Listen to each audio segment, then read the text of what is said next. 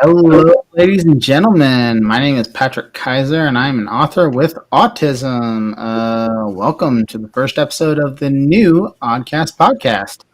I'm here with the cool lady, Miss C.K. Miller. Um, Hi. she's not a lover; she's a writer, Miss P.L. Cobb. And the motivational mama, Casey Loesener. Hello. Thank you guys for joining us. So I guess we'll start with, so the main focus of this episode is going to be ethics as an author. And PL, you actually came up with like the general catalyst of that. So you want to tell that story real quick for everybody watching? Well, my main inspiration was the bad art friend. I don't know if anybody is familiar. There was a story that came out on the New York Times. There are two friends. They're both writers. One donated a kidney, and the other one thought her friend was really annoying because she wouldn't stop talking about how she donated a kidney. So she wrote a story based off of that, and it was going to be published in an anthology. And so basically, there's a lot to it, but in a nutshell, the woman who donated the kidney, she had no idea that this was going on until somebody told her. And this friend who had written the story had actually taken like a letter that she had written for the person who received the kidney and basically plagiarized it. There's just a whole thing about it. And apparently there was even more. Like the further you dig like deep into it, the crazier it gets. Like there's office drama, just a whole lot of weird stuff. Very fast. But yes, it does bring up the question, like, you know, as authors, we're told to write what we know. How far does that go? Like, do you draw from other people's life experiences too? If so, what are the ethics to that? Where do you draw a line, you know? Mm-hmm. That's a good point. I always think of the disclaimers at the end of, movies and stuff where they're like, any events or stuff that are similar have nothing to do with it. Yeah, that's a good question. Yeah. It kind of reminds me of what's happening now. I'm not sure if you guys are aware, but online, people have been plagiarizing others, like those who share their work, like maybe a chapter of their work. They're putting it into an ebook and peddling that. So it's been a thing. I didn't know that was a thing. So it's kind of crazy out there. It's best to protect your work and find people you can trust. There's a woman who was plagiarizing fan fiction. Oh, wow. And she was basically taking entire fan fictions and selling them. And she got really popular until she got caught. Mm-hmm. Oh man, it is insane. Yeah. It makes you wonder, like, what's the point in doing anything? Because someone's gonna steal your work and claim it as their own, or they'll steal your life and then they'll claim it as their own. Yeah, there's always that. Yeah. You have to protect your work. I think that's major. If you guys hear anything in the background, my father's a preacher, so he's upstairs going crazy on the phone. So my apologies for the background noise. No worries. Yeah, but you just have to watch your back. And I know when I first started, I don't know. I'm curious to ask you guys when you first started, your author journey. Like, what was that like? Were people welcoming to you? Did you find a lot of sketchy people? Like, how was that for you? I'm curious. I guess for me, I started writing when I was a teenager. So it was like no one really saw my work for the longest time. Mm-hmm. But my overall, I think everyone was pretty accepting that it was a hobby that I enjoyed doing. When I started to take it seriously, which was strangely enough, my immediate family didn't show me as much support as I had thought they would. But my husband was full on board. He did everything in his power to help make it happen. And I find myself really fortunate to have that. So before we continue this conversation, sorry, I'm so stressed out from the technical difficulties we had. which, by the way, is why we're late. So there's that. Sadly, one of our co-hosts will not be joining us because she's sick, and also due to the technical difficulties, they were unable to get in. So, MA Savage will not be here. Hopefully, ES Barrison will be able to join us in a few. So, Cool. yeah, we were late and everything. So, sorry about that, guys. Right, continue. Sorry. It's great, CK, that your husband was supportive. My husband helped me a lot too, because when I first started, he actually found a manuscript in the box that I had, and we were unpacking. He was like, "Hey, let me read this," and then he was like, "Hey, you should publish it," and that's how it came about. He was like the driving force to get me to publish, because I probably wouldn't have, honestly. That's awesome. Yeah. How about you, Pierre? I have a similar story to CK, except I never really shared my writing with my family. I was one of those art kids, and I was always told that I'd never find a job in the arts. So I just didn't really share my writing. I shared it with my friends, and they've been very supportive. But as for my family, I'm not sure they know what I'm doing. That's sadly that's how it goes, but I'm okay with it. Yeah, I better that way. Yeah. So I actually I was all about showing my writing off when I was younger, because it's like I knew that's what I wanted to do, and it's like I wanted everybody's approval and everything, and I was like, I want to know if I'm any good and everything like that. And so yeah, I just shared it with friends, family, all that stuff, and eventually I started sharing stuff online, and I even did like poetry readings in front of my church and everything. So That's really nice. I was not too shy about it. So. Good for you. So, go ahead. No, I was just going to ask, was it received well? I mean, did you get good feedback? That's like what kept you going? Yeah, that was a big part of it. It's I just I'm self-taught in a lot of my writing, and just the fact that like people were just like, "Wow, you got a great talent for this," and all this stuff, and like were really propping me up, even when I didn't really even know what the heck I was doing. It's just like, okay, I guess there's something here, so maybe I should pursue this. That's cool, Patrick. Thank I you. remember when I was little, I used to create books, and that was my thing. Like while the other kids were outside playing, I was in my room with construction paper and loose leaf paper, and I loved it.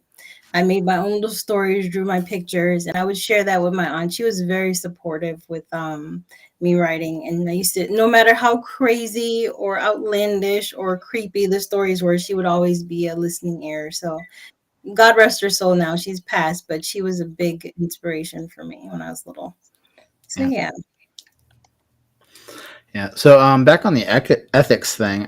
So we talked about like, so I wanted to get into the conversation of like, where do we draw the line as authors? Like, what do you think is like, okay, like, where do you think the line is, and what do you think crosses that line? Like that a majority of authors fall into. Like, if you guys have any opinions on that. I was thinking about a situation in a group, other authors that I was talking to about something similar. But it's basically they write about their own personal experiences with, like, say, miscarriage. And that can really hit home for a lot of other women. And they, I mean, who knows, they may have had the exact same experience. So yeah, where do you draw the line? Because that could be, you could be writing your own story, but it's the exact same as someone else's. So how would you know if you're crossing a line there? But definitely miscarriage is, it hurts so hard, center, and it's not something everyone wants to read about either. So it's, yeah. Well, and I don't know much about miscarriage, and I hope I never do. I'm sorry you've gone through that.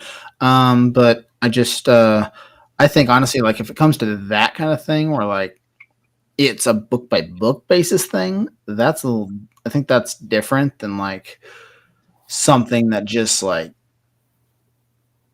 somebody does. So like what PL was saying, it's like this person just totally stole this person's life that they knew without permission and just put it out there for the world to see. Like, I think that is crossing a major line. But like what you were saying, CK, is like if you're writing of a personal experience, and even if it resonates kind of sorely with a lot of people, with a lot of other people, I don't. I would think that would be more understandable. I think that would be different because that could also help a lot of people too, right? Mm-hmm. Yeah. So, yeah. So are we talking more about taking someone else's life and writing the story about it? Because that's like a biography. Yeah, I'm just thinking of like things that like somebody like. Yes, it is kind of like a biography, but usually biographies you have the permission of at least somebody. This person did not have permission, and the story was very derogatory, and like there are a lot like the deeper you dig. I can't talk tonight, but it just gets really interesting. Hi, Elena. Hey, can you hear me? Yeah. Okay. Okay, so before we get on, this is the Elegant Element, Miss E.S. Barrison. She is basically the heart and soul of the writing community. So, welcome. So, we're currently on the subject of ethics and the story that PL told during our chat. We're basically talking about like what we think, like where do we think the line is, and what do we think a lot of authors struggle with crossing that line. So. Makes sense. So anyway, sorry, continue. I think it really just presents a challenge because as authors, like we really need to how do I word this? Like, you write what you know and you draw from your experience and you're inspired by other people, but then you got to take that and you got to make it transformative, change it so that it's something else. Like it really is a fine line, but like you also have to get creative about it too, right? Mm-hmm. And then I guess when you're editing the story too, like you're gonna put it past sensitivity readers and stuff like that in a perfect world, so that you would catch stuff like that. Yeah.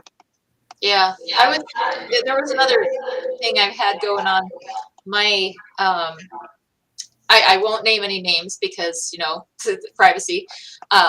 But someone in my family has had issues with spouses and divorces and things like that, and for me as an author, it was really interesting because I do not understand the logic of some of these people and what they do to others. Like the villain portion. If anybody knows me, I'm a really sweet person and I do not like evil things. But I do not think that way. So when I hear these stories, it's like, oh, that's really good for my book, but I'm like, am I crossing the line because I'm taking it from someone else's life experiences, like immediate? But like you said, PL, it's like you have to change it just enough so that it becomes original. I think if it's someone you knew, you would want to talk to them too, especially if you were on good terms with them. You'd want to like ask them and talk to them, and they'd probably want to give you feedback. Like people will help you out, if you ask. Maybe, but if you want to portray them as the villain. Oh yeah, maybe not, eh? Like it just seems like there's an easy answer, but then there isn't when you think about it. Like because what if they're the villain of the story? Is that person going to be okay with that, or right? Like are you going to look for different people to be inspired by? Like I don't know. I think it's also different if you're claiming it to be like real. Like this is real life. This is a real story. Blah blah. Versus if you're claiming if it's actual fiction, like that's also kind of something that needs to be taken into account. It's like, are you saying like this is actually real and you're basically throwing this person out there when they may not want to be, or are you basically just taking kind of inspiration from things you've heard and not even connecting it to them in your work? Like, because I feel like that's a big factor. Yeah, I think that's okay to take Yeah. the inspiration of the situation or whatever happened and use it. But definitely, like you said, PL, that story about taking their actual life. Yeah. It that's really is fascinating. Like it's drama. And I don't know, I find this entertaining because I don't deal with this on a daily basis. So it's like, wow, slice of life. Yeah. Yeah, I think. Oh, sorry. Go ahead, Patrick. No, you first, Casey. No, I was just saying that as as writers, we do tend to mimic what's in real life. We've experienced. Some of us may have experienced trauma, some type of issue, and to take that and convert it into words, it is beautiful. But you don't want to rip that person's story. And as a coach, I get so many stories. What happened to people, and whatever we discuss is confidential, but had ideas for stories, and their stories sort of mimic what I'm going to write. So I think once you sit and you sift it out and you don't add exact events, I think that that's where you have to be creative and come up with your own twist or your own thing. So it's not exactly mimicking that person's life. Yeah, it's things like that are.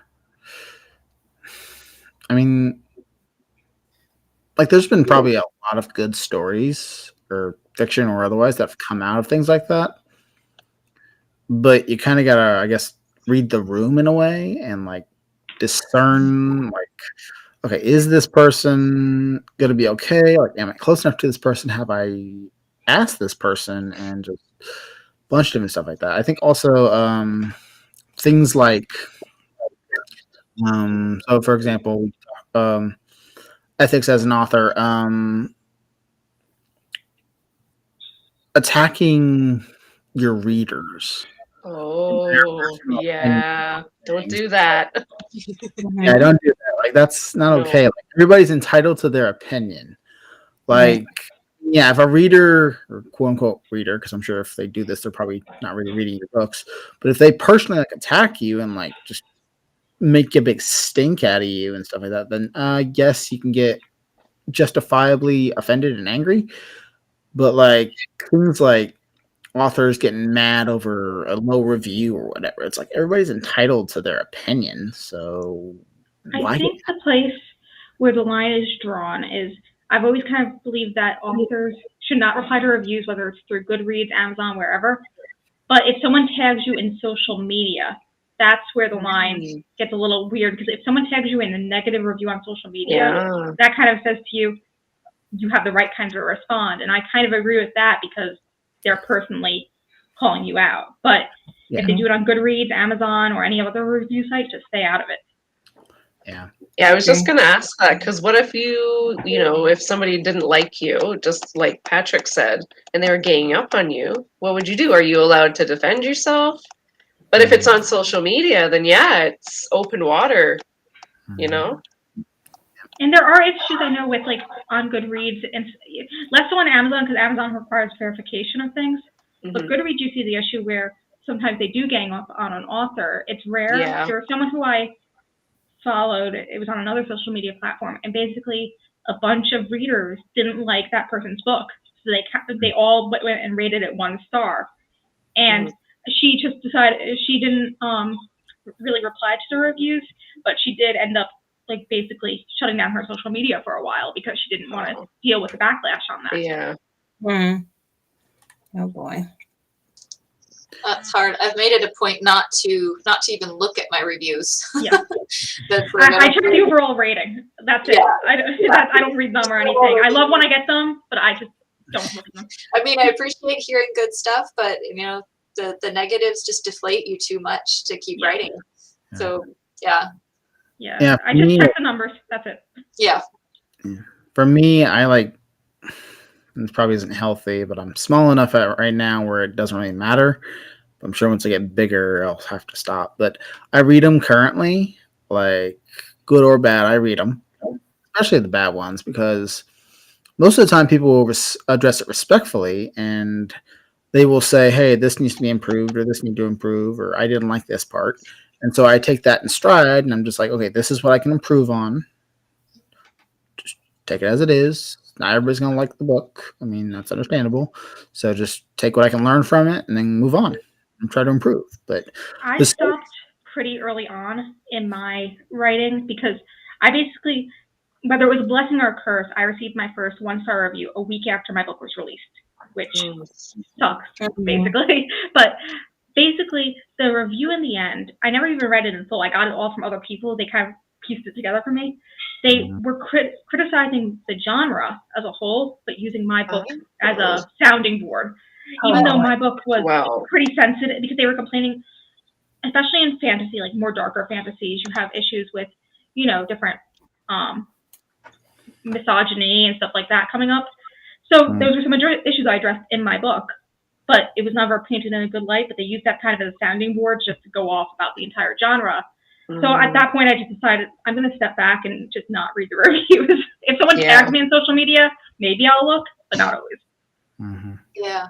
Well, that's also the thing, is you can tell when people are attacking you as an author rather than your work in those. And I think readers who read the reviews are smart enough to discern that as well. It's like those recipe things that I watch. You know, I pull up a recipe to try and find, you know, something to make for dinner tonight, and I look at the reviews, and some of the reviews are horrible, but the people admit that they did not follow the recipe.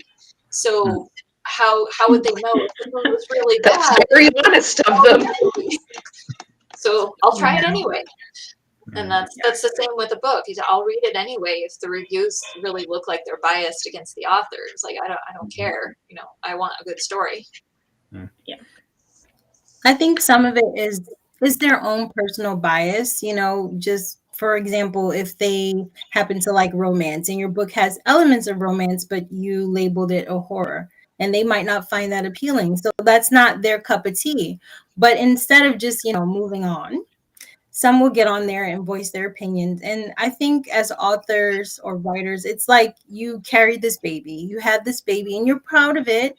And somebody comes up and says, I don't like your baby, it's ugly.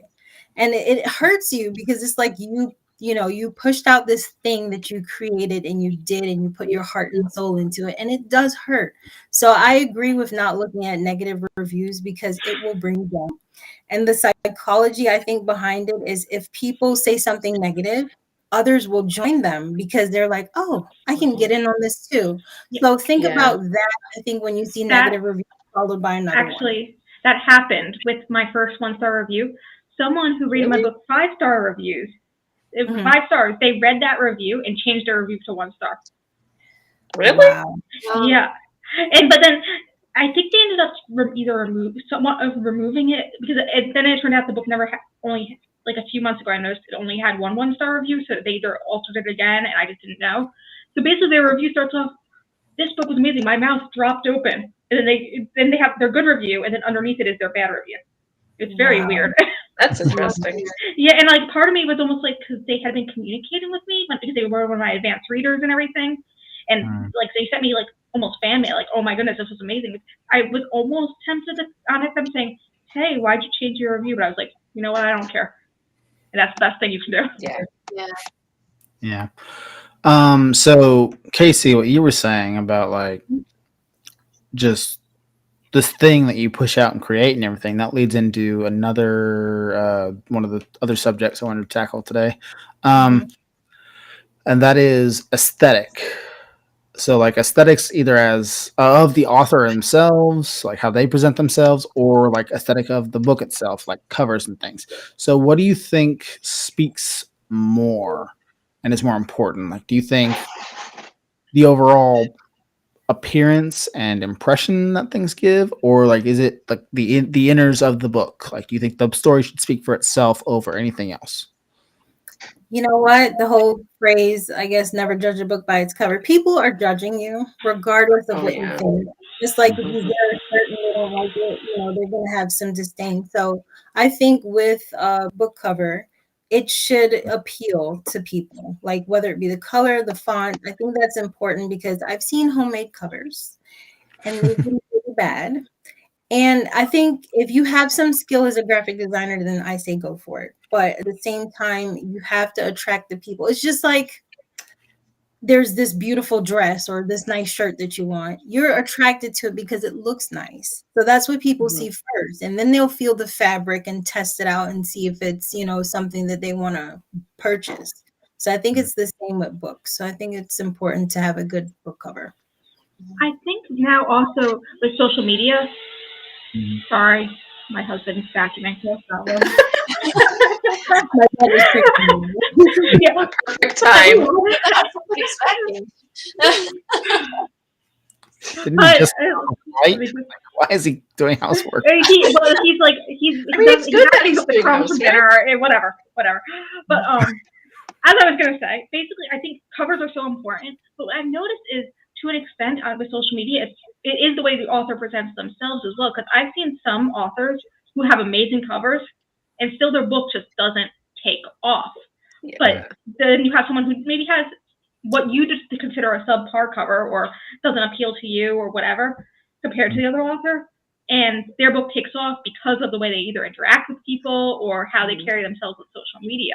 Like, I'm currently personally at the moment having kind of this like mental crisis because I'm trying to I have a book coming out in a week, and the cover has basically been one that everyone has said is my best cover to date. It's an awesome cover. Yeah, it has the worst amount of pre-sales ever out of all my books. Yeah, so it's like, what am I doing differently? What am I like? One of my covers I ended up revamping still had better pre-orders the first time than this cover is. So it's a weird situation with social media, and also timing. But maybe it'll do really good in just ordinary sales. Maybe. It's very strange. It could also be the time of the year too, right? Yeah, that's definitely, especially since I start pre-sale right around Christmas time, so that could be a possibility as well. Maybe. So it's been an interesting phenomenon, for lack of a better word. Isn't it also like a side story from your main series? No, it's still a standalone. And I'm marketing it as a standalone, so it's like even my sequel to my main series. Yeah, that could also be it though, because I'm finding that people are more receptive to series than they are to standalones. I think it depends. Really? I find I've seen a lot of people wanting standalones lately as well, so it really depends on the readers to an extent. Yeah. So I think with covers, the cover is so important, but that presence on social media kind of impacts it as well. Yeah. So, on that subject of presence on social media, so are you more likely to tune into an author and look at their stuff and their pages and everything and their books if what's the factor? Is it followers? Is it content? Is it the attitude they present, whether positive or negative or whatever? What's the biggest thing that you guys will look at and be like, okay, I want to check this person out versus no, I don't want to check this person out? That's a good question. Well, I know since I interact a lot with the TikTok author community as well. Mm-hmm. On that platform, for me, it's very much the attitude of the authors, at least for me personally. If a person is just, all they do is post about their book, literally just standing there holding a picture of their book, I scroll past. Yeah, that's boring. If someone who does a combination of writing advice, reading topics, as well as their book, I'm more likely to tune into them. And so that's just me personally. I know some people are they just prefer the trends or whatever, but that's TikTok. Instagram's a little different, obviously. So is Facebook and everything else. Yeah. I agree. Sorry, go ahead, Patrick. No, I was just gonna say, has anybody else got anything? Yeah, I was just going to piggyback on what ES said, because I think that it's important to have a brand, and not be all over the place. Because I've seen when I go to people's page, I look at their bio first. What are you offering? Because I think you have to have a degree of value to offer someone. You can't just say, buy my book, buy my book. It doesn't work that way. Yeah. So when I go to your page, what are you showing me? What are you trying to relay? So if I see where they offer tips or anything, personal experiences, maybe their author journey, then that will make me more inclined to follow them versus just, this superficial stuff. Mm-hmm. For me, it's partially being an artist. I love beautiful pictures. So if there's really cool imagery that inspires my imagination, I'm more likely to follow and look at the pages as well. I think if they have projects, like, because there are some like authors who I follow who sculpt dolls, and it's the most fascinating thing. Like, I think it's so awesome. Like, I like to see, their work in progress. Anything like a slice of life, like advice, food. I don't know. I guess I just like to see the person. I guess in a nutshell. So I want to see who you are because I want to make friends, right? Yeah. I think it's honestly like I kind of go like I'll look at your subjects and everything, like the posts and stuff you make and all that stuff, and I'll go for attitude and all that stuff. But a big part for me is like it's kind of like with YouTube. It's like if there's a large view count or a large like number, like the number of likes that people gave the video, it's like I'm more likely to be like, okay, this is something worth looking into. Because obviously they're doing something right because there's a lot of people following them. Mm-hmm. So it's kind of, for me, I kind of fall into that trap. But then like on my own stuff, I'm just like, why is no one following me? And it's like, well, because I don't really have much to offer right now. Don't ever feel that way, Patrick. I think one thing that can really help authors who are especially trying to grow is to try and, no matter what platform you're using, stick within a community that has the same size following as you, because then you can build each other the same way. If you're following only people with 100,000 followers, that's not going to help you build your community. So it's better to say, like, if you have 1,000 followers, stay within 1,000, 5,000. You might not always, but, those are people who you probably should interact with the most or look into the most, because that's your next step, essentially. That makes sense. Yeah.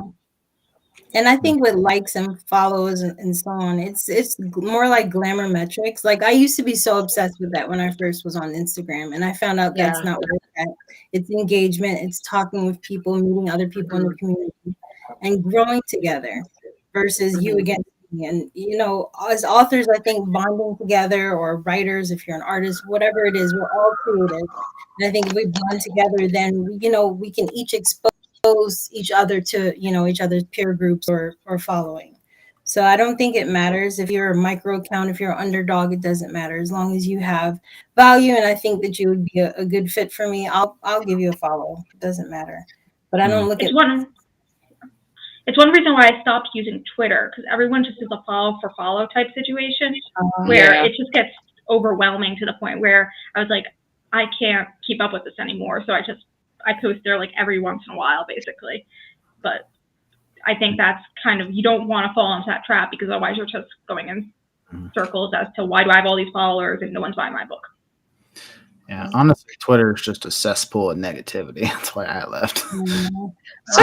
Certain communities are okay. Like, I guess maybe the corner of the writing community that I was in, like, it was fine, but I was more worried about being dogpiled and harassed and doxxed. So I just canceled my account.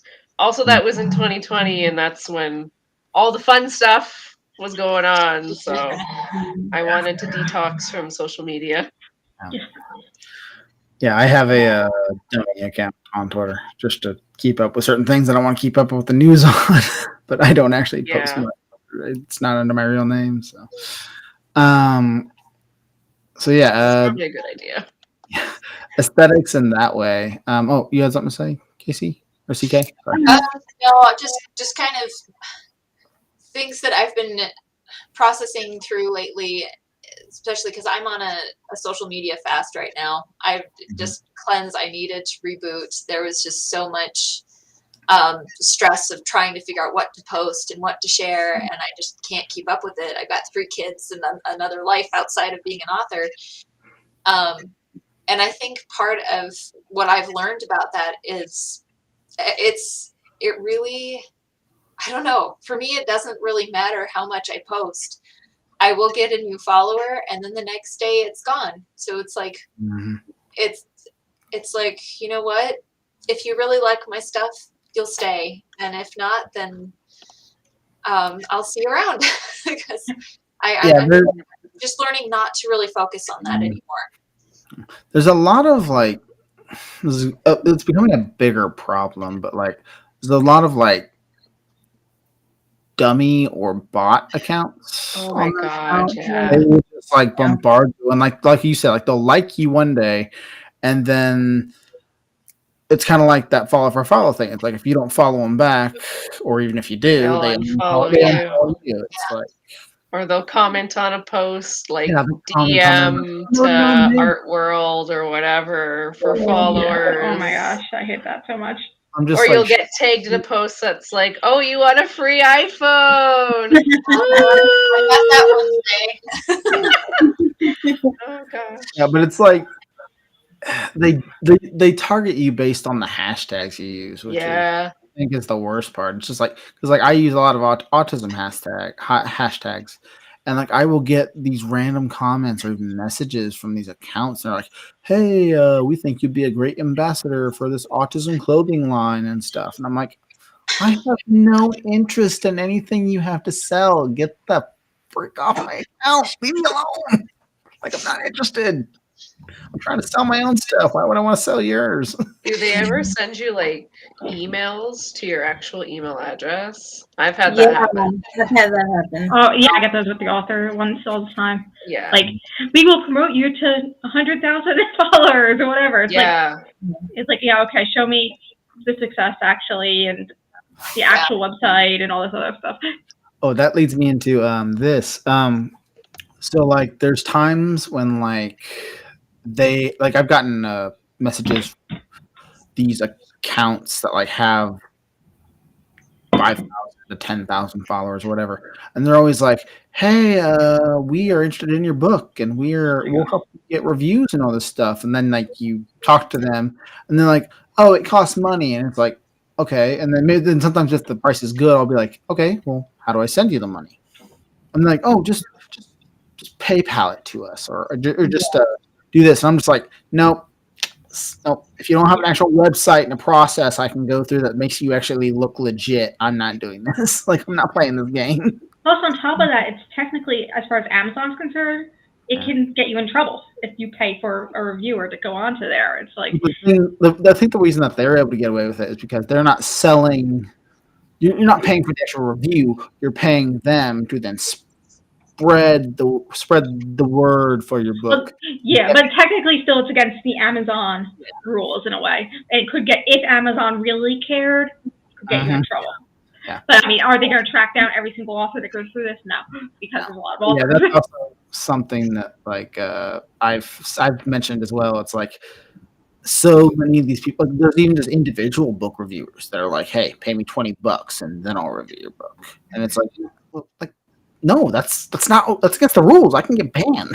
No. What drives me crazy is when you get a comment or a DM, basically like, "Hey, I'll give you a review if you send me a free copy." It's like, you do realize how much it costs me to get that copy printed and shipped to you? It's like, unless I'm saying I'm giving out free physical review copies, the answer is no. Yeah. Yeah, I do that a lot more though. But that's by my choice, and I initiate it, and I choose who I want. Well, yeah, the author's initiating it. It's a little different. Like, I give away a lot of free copies, and me being someone like I do book reviews, a lot of them, and I'm doing that right now where I'm featuring a bunch of authors and everything like that. And basically, I told the authors, there's no charge for this. The way I can purchase your book, because if it's below $4.99, I have no problem doing that. If it's on Kindle Unlimited, no problem. If not, if you could send me either a digital copy, or if you want to send me a physical copy, you can. And I actually just had one author send me a physical copy of their book. They didn't have to. I could have easily gone and gotten their ebook. Yeah. But that's just, I think, important for review ethics. Like, don't just comment on someone asking for their book, because, especially when you're like, "Oh, I'll promote it to my followers." You look and they only have 5,000 followers and no interactions. Yeah, it's like, no, it's not okay. And for the fact of like you like doing that for authors and stuff, it's like you've actually reviewed my books, and I think you're gonna at least get like the sequels to the current series that you're reviewing and stuff. So you actually are very good about that. Like you actually go out and like you will be like, "Hey, I can buy this book if you don't want to send me a free copy," which is very helpful to us as authors because, like you said, it costs money to print the book Yeah. and ship the book, and sometimes we don't have that. And, I understand as an author how important that is to other authors. So it's like, I'm not going to, make you pay for something that, in a way, I enjoy doing too. I've had a couple of authors email me about the podcast thanks to your interview stuff. Oh, okay. Yeah. I sent out something about that. Yeah. We got a couple of people wanting to be on. So. Yeah, I wasn't sure. I knew I sent out the email last night, so I'm glad it went through. Yeah, I got like 5 different emails. Perfect. In like an hour. It's like, okay. So that's aesthetics and ethics, and that will continue. We can bring more of that up if the conversation leads to it. Last thing is poetics. So like, how much do you feel it matters about like do you prefer easier to understand writing, or like are you more like, hey, I want to like feel like a scholar when I read this kind of thing, like it's like a really fancy worded text kind of thing. Like how do you guys judge that? It like language wise, like are you more like I want to read at like a 10th grade level just to breeze through it, or are you like I want to learn new words and new phrases and things like that? Like how do you address that? It really depends on the day. It depends on the genre too. Yeah, I was gonna say it depends on the book and the writing style. Because if this is a book that's easier to read, it's a 10th grade writing style, you're gonna expect it to be consistent throughout. If they're throwing in like, if there's something that doesn't match, like if the writing flow is interrupted, it's gonna stick out to you, and you're gonna go, oh, that's weird. Okay. There was one book I read recently, and the plot was good, but it was the type of book where it was very simplistic the way it was written. But as I was reading it, I'm like, this should have been written maybe a bit more poetically or something, because that would have caused the book to work better. But there's other books I've read where it's like, this book is so wordy, I don't know what's happening, I'm overwhelmed, and it's not doing a service to the story. And it's also going to vary by personal taste, I think, too, because some people hate flowery prose while other people love it. There was a debate recently, it was actually on the TikTok author side, about whether or not people should skim over descriptive paragraphs.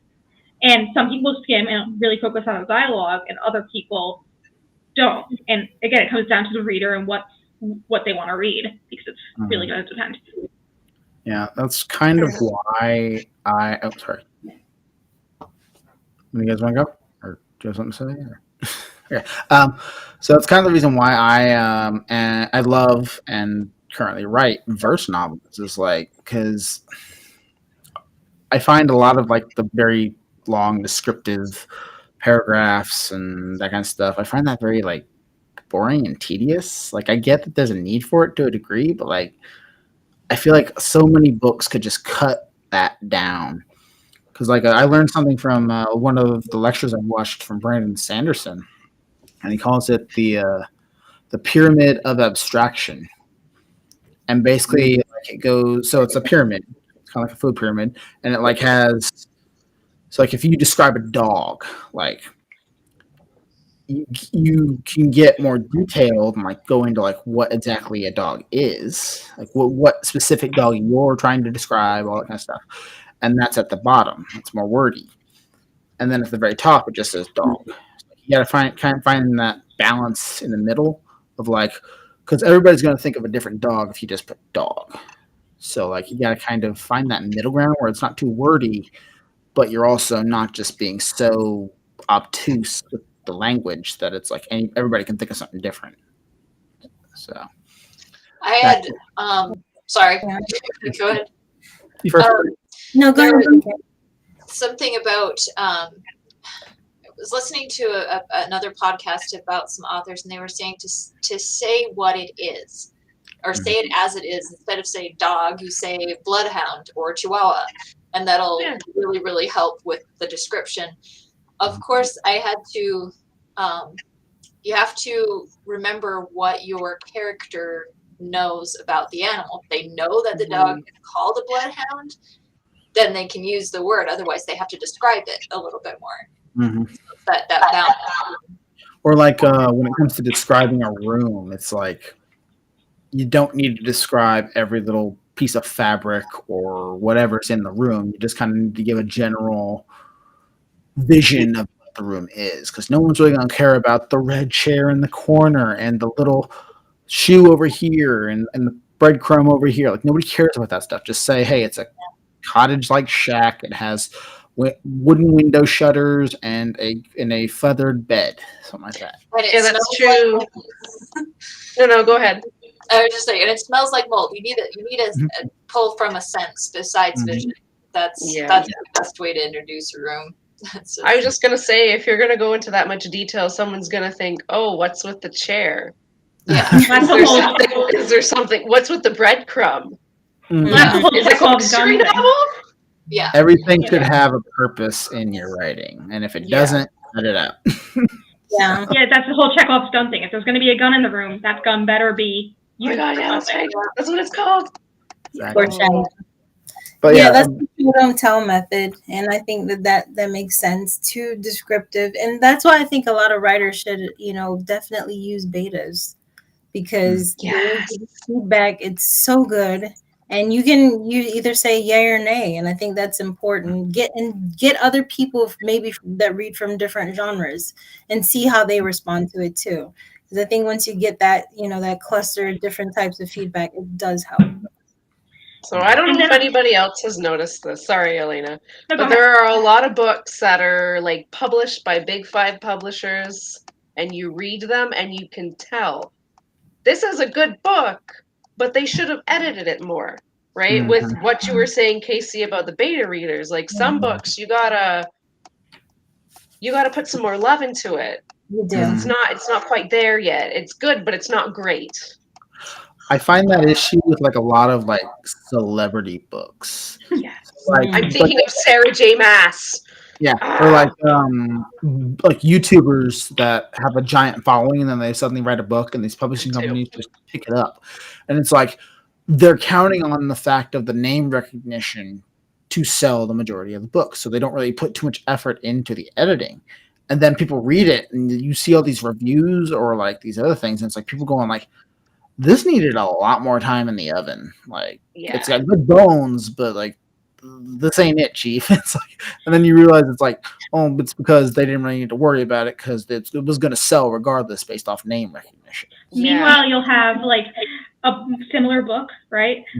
That was written by an indie author, and let's say that book by a celebrity, people are still giving it 4 or 5 stars.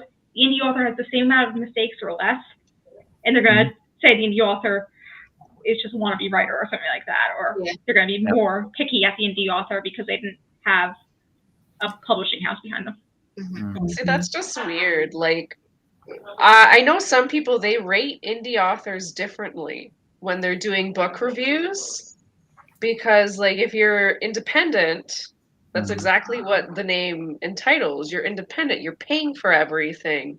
Like, you don't have this big team behind you. You have to do the marketing. You got to pay somebody to do the editing, or you have to do the editing yourself. Like, it's a lot of work. Yeah, I know I've fallen into the trap of when I read an indie book and there's not a lot of reviews, and maybe if it was under a bigger house, I might have given it a lower, like if there were more reviews, I might have given it a lower review. Yeah. But I think with any book, if there were less reviews, I'm going to be kinder to it, for lack of a better word, because I don't want to be that one person who suddenly gives a book that has only 2 reviews a 1 or 2 star review, if that makes sense.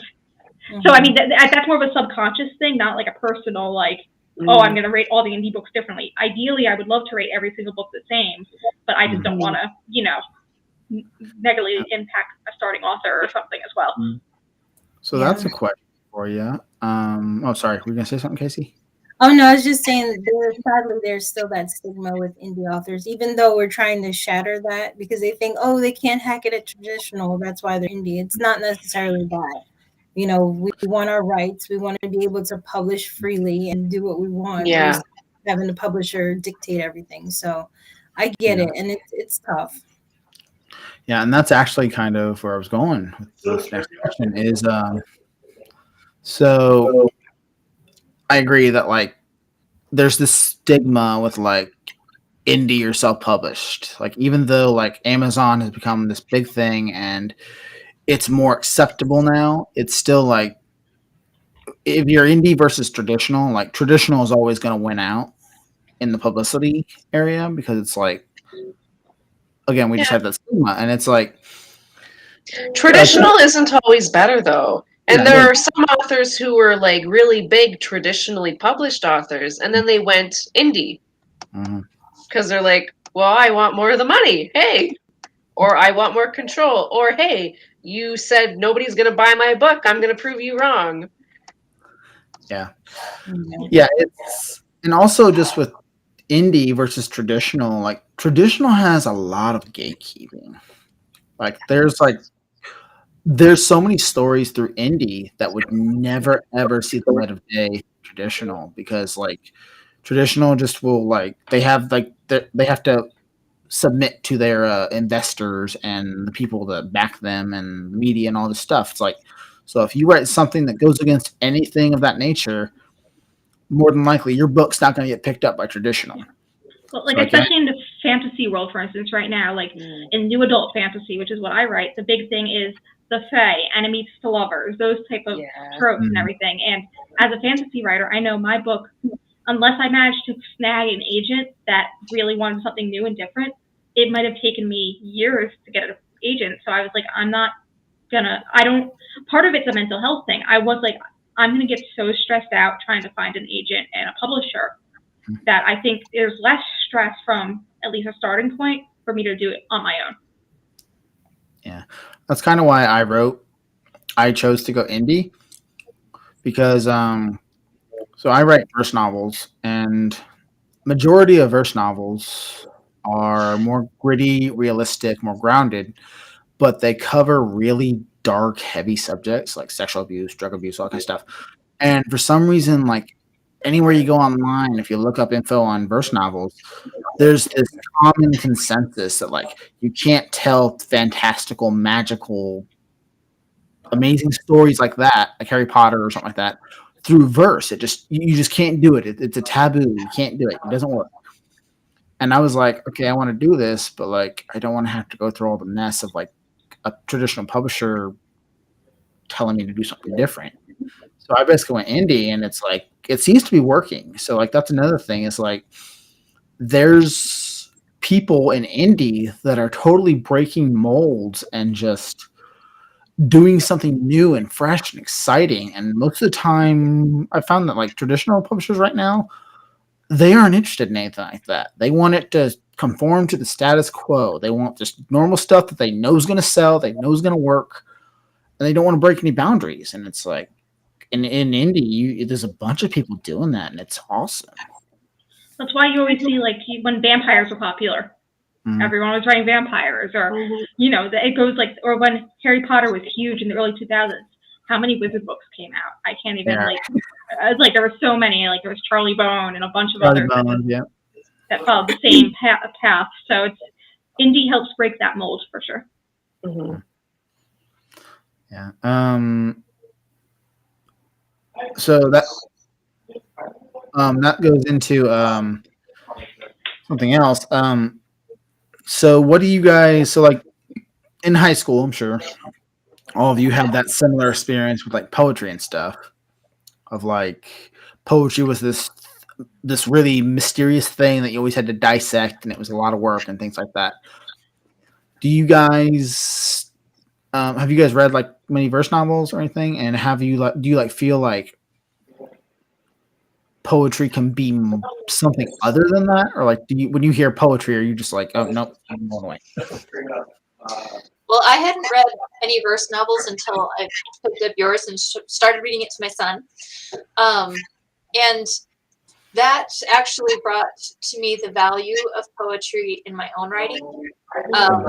Not as in like I'm writing in verse, but as in the imagery that poetry can create, and the way that they word some things and the feeling that you get from it. I've kind of tried to portray that in my own writing as well. So it's influenced me for the better. So I used to hate reading poetry. It was like pulling teeth for me. I did not enjoy it. but I'm learning the value of it. Mm-hmm. That's kind of the thing that I'm finding with a lot of people is like, at first glance, like when I tell them like, hey, I write novels through poetry, it's like they just go, no. And then like if a few of them give it a chance, they suddenly like are like, oh my gosh, I didn't realize I could love poetry this much. I didn't realize it could be written this way or this understandable and easy. Like this is not like high school poetry at all. Just like that's a good feeling. But so I mean, I like middle school from like my writing experience. I started writing more regularly with poetry, so it's not been something that ever turned me away. I've always been someone who likes symbolism, who likes metaphor. Like I dissect my own writing all the time, so it's like I don't know. I've always been kind of, I think, the outlier where I didn't mind doing like the analysis in high school and everything like that. So I mean, you might pick that up from even my book reviews. Like I always find things in book reviews, and people are like, "Oh, I never thought someone would see that much, how deep something like that would be in my writing or something like that." So that's just me personally, though. I've always just been kind of like that. We didn't really do analysis in my high school. We were lucky if we had enough time to cover creative writing. So yeah, deprived we were. Poetry. When I was in high school, I wasn't so interested, honestly. It was like torture for me. I'm like, why do we have to analyze this? Why do we have to break it down? It just felt so exhausting. But in my college years and probably now, I think I'll enjoy it more, and I do have more of an appreciation for it than I did, of course, before. But it depends on what it is. I'm not into romance, so I would lean more on like dark, fantasy type poetry. So I'm basically self-taught. Like people tell me like I include these type of techniques and stuff in my books, and it's like I didn't even know that was a thing. I'm self-taught. I just kind of do what feels right, and that leads into my next thing. So are any of you guys like traditionally, classically, whatever, trained? Like, have you gone to school for like writing, or like are you guys just kind of off the cuff, self-taught? And where and what did you learn in those instances? Like, do you have any stories to tell about yourselves, or just self-taught? I'm self-taught, but my grandfather was a self-published author. But that was before Amazon was a thing, so it was through like a small press that was local to him. So that was kind of something that influenced me a lot growing up. And then my grandmother, so his wife, was an English teacher. So that was always in my life since I was a little girl. Like I remember my grandfather sitting downstairs at his computer working on his novel while I was playing with my dolls. So, I mean, it's not really any formal education, but that's kind of what was my inspiration and learning experience growing up. For me, it's I grew up in Germany, so my foundational English was not very good at all. And when I moved back, I was 14. German was my first language, so it was really, really hard for me to even comprehend why the word cat is spelled with a C instead of a K. And that was really tough for me. But I learned to start writing and loving it, and just taught myself. Reading lots of books. My dad destroyed one of my first drafts once, and I never showed him anything again. But it's every time I get somebody to edit my work, I grow a little bit more as an author too. I learn a lot more. So yeah, I would go if someone. I still have the first draft that I wrote when I was 13 of what became my first novel that I published. It's actually like right over there. So like if that disappeared, I don't know what I'd do because I don't think I have the file saved anywhere. Like, hold on, I can get it.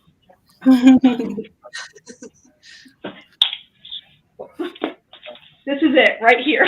Like, I have it taped closed because I'm too scared to look at what I did when I was 13. But wow. I would there's a prompt that's like if you if your house was on fire, what book would you save? I wouldn't save a book. I would save this. Nice. Well, I started. Sorry, go ahead, Patrick. Oh, you first. I started off as a journalism student when I was going to college, and I knew two things. I wanted to write.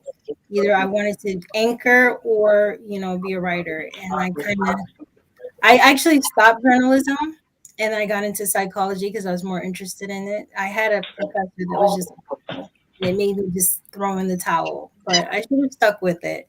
And I did take a couple of courses here and there, nothing major, and more self-taught than anything. But I do have some background. Mm-hmm. So Alina, you mentioned that like your grandpa went through a vanity press. I don't know if it was a vanity press. I honestly don't know for sure. This was before Amazon was like a self-publishing thing. This was before ebooks. So really your option was traditionally published or going through one of these small like vanity type presses. So he never had an ebook version of his book. So I can't really, I don't know if vanity is the right word. I know we have those now. It's a little different. Well, anyway, I was getting at is KC. I don't know if you wanted to talk about that since we mentioned it the other day. That fits in with the ethics aspect. Yes. Of the other side of a publisher ethics. Yeah, I was burned pretty bad by a vanity publisher. I was new to the game, wet behind the ears, and I did research, but in the stuff that I found, the reviews that I found were good. So I said, you know what, let me give it a shot. My husband actually, stumbled upon these people. And as I'm going through it, they had their services presented like it was a la carte. So you can pay for editing, you pay for, your galley edits, whatever you needed, they had it. It was like a one-stop shop. And you can also get your cover design, but I didn't do it with them. I had it previously. So everything was money. Everything was money. And it was just, I didn't know I was being scammed. I thought that was the thing because I thought that I was with a company that was a publisher. It was like a hybrid. That's what I looked at. But they were all vanity all the way right down to the bones. And as I'm trying to leave now because I'm, disappointed with they said they would help market it. And my book just sat there and nothing happened.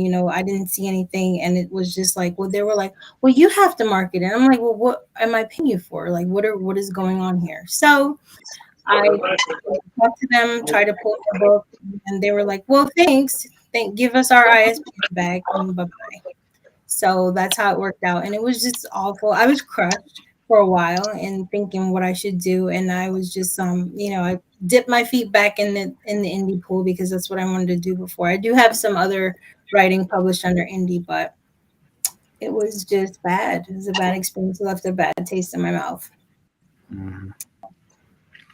I had a very similar experience was it 2008 when my first book came out, and I went through a very similar experience. They charged for everything. Even though I drew the cover myself, they said, oh, it's going to be $600 to get the layout put together. And now I know how to do it, and I can whip it out in 30 minutes. So it's like, yeah. It's a shame. It's a shame that they prey on people that don't know. And it's not even, the thing is, if I didn't know anyone that didn't go with them, then I would probably be like really leery. But a couple of people that I knew, they're like, oh, they're great. And I have my book published, and I had this vision in my head of seeing my book published. And it was, but like I said, it just collected dust and, And I think I've heard like traditional publishers, even some of them, unless you're like in the big 5 publishing houses, these smaller traditional ones that you still have to get agents for and everything require you to do your own marketing. So it's like, is that worth it? Yeah, I just wanted to. Oh, go ahead. I was to say, I remember doing a book signing, trying to market my own book back then. Barnes and Noble, they had, I think it was 25 copies, and I marketed my butt off, sold all 25 copies, but my royalty check that I got the next month was $8. And I'm like, $8. for 25 books, Mhm. it's like, I'm working my butt off here, and it's like I can do so much better on my own. It's like you should at least be getting $1 a book, like at least, and not more. It's like That's not actually how it works with traditional publishing. This is something I've done research on. And part of the reason I chose to go indie is because in traditional publishing, especially if you have an agent, the publishing, it's like 80-20 split towards leaning towards the publisher getting the majority of that. And also just like, so the way it works usually is, at least from the research I've done, is the traditional publisher will give you an advance if they accept your book, all that stuff. You know how that works. And until you earn back that advance with book sales, you will not see another cent. And then after that, every book sale that you get after you pay back the advance is like an 80-20 split usually. And then on top of that, if you have an agent, you got to pay the agent, so that comes out of your 20. So it's like it's kind of not worth it in the end. Yeah, unless you're going to be making millions upon millions, you know. But there's going to be a few authors who do that per year. It's like ridiculous.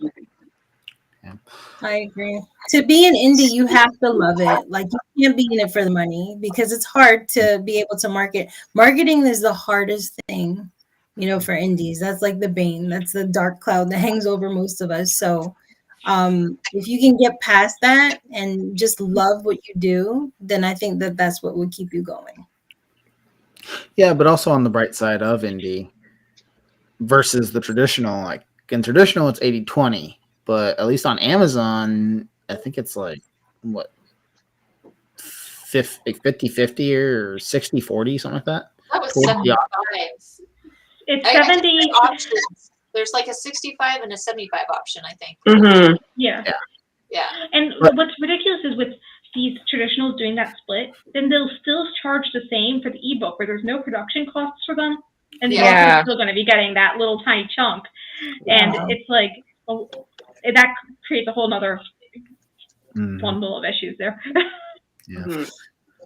Well, I just wanted Casey to bring that up as a part of the ethics discussion, just because that's just something that stuck out to me. It was like the fact of like how publishers can get away with that. It's like, it's kind of nasty. So before we go, I wanted to ask everybody. First off, do we have anything else to discuss? Anybody got anything they want to bring up? Or no? Okay. So what are we all reading? Like, talk about what you're reading real quick, just if anything. A lot of things. I'm currently, what am I reading right now? I have like 3 books I'm currently reading at the same time right now because, no, there's 4. I'm lying. Because the way I read, it's kind of ridiculous, is I always have a physical book I'm reading, a book on my Kindle, and at least 1 book on my phone.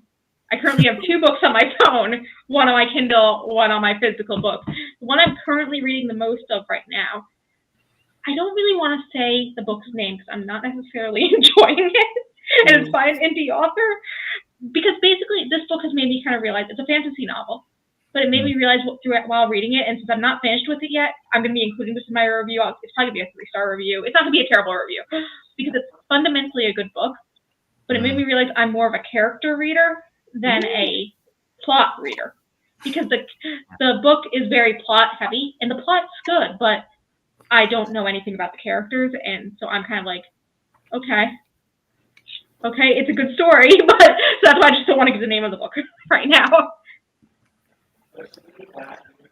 I'm reading 17 books according to Goodreads, which is probably why I never get anything done. I like to read more for enrichment and because I hate myself, apparently. Yeah.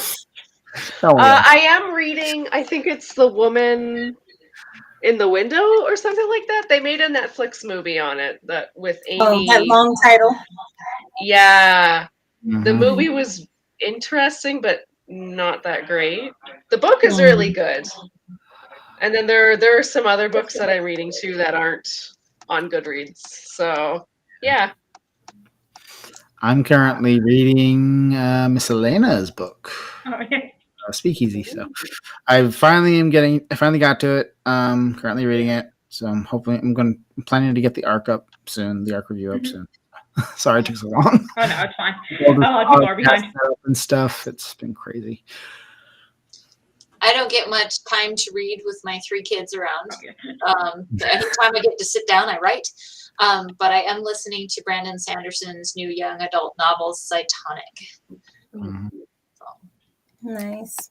Well, I have 2 polar opposites of what I'm reading. Right now I'm rereading The Secret. I'm on this mindset kick, Positive Mindset by Rhonda Rhimes, The Secret. So I'm reading that. And I'm also reading Confessions of a Video Vixen by Corinne Steffens. This book came out a while back, I think back in 2005 or something like that, and I heard about it, and I'm actually in the process of stepping outside of my genre and writing a drama, and yeah, so it's gonna help me. So I'm gonna check it out. Oh, you know what? I have heard of that book. She was in music videos, right? Yes, yeah, Yeah. What Okay. a very, very out there lifestyle. Yes. Yeah. Mm-hmm. Yeah. Cool. Well, before we go, I wanted to mention, so today, actually, my new audiobook actually just went live today. So, Congratulations. yeah, book 2, Sight of the Deathbringer Chronicles, is live on audiobook. So, if anybody is interested in checking that out, please check it out. You know, I might check that out just to see how your book was done as a audiobook, because I have Audible credits right now. Well, it's got there's Frost is an audiobook, and Sight is also an audiobook by the same dude who is actually one of our podcast members. He will be on next week. So, Mr. Mark Arietta, thank you very much. And yeah, before we go, if anybody's interested in checking out anybody on this panel, all the links to social medias and websites and things like that, and Amazon pages are in the description of the YouTube video. So please check us all out and give us some support and some love, and yeah, support your indie authors and leave reviews and stuff. So And leave a review if you like the book. Or if you don't like the book. Or if you don't. But if you don't like it, be Just kind. give us reviews. Yeah. Yeah.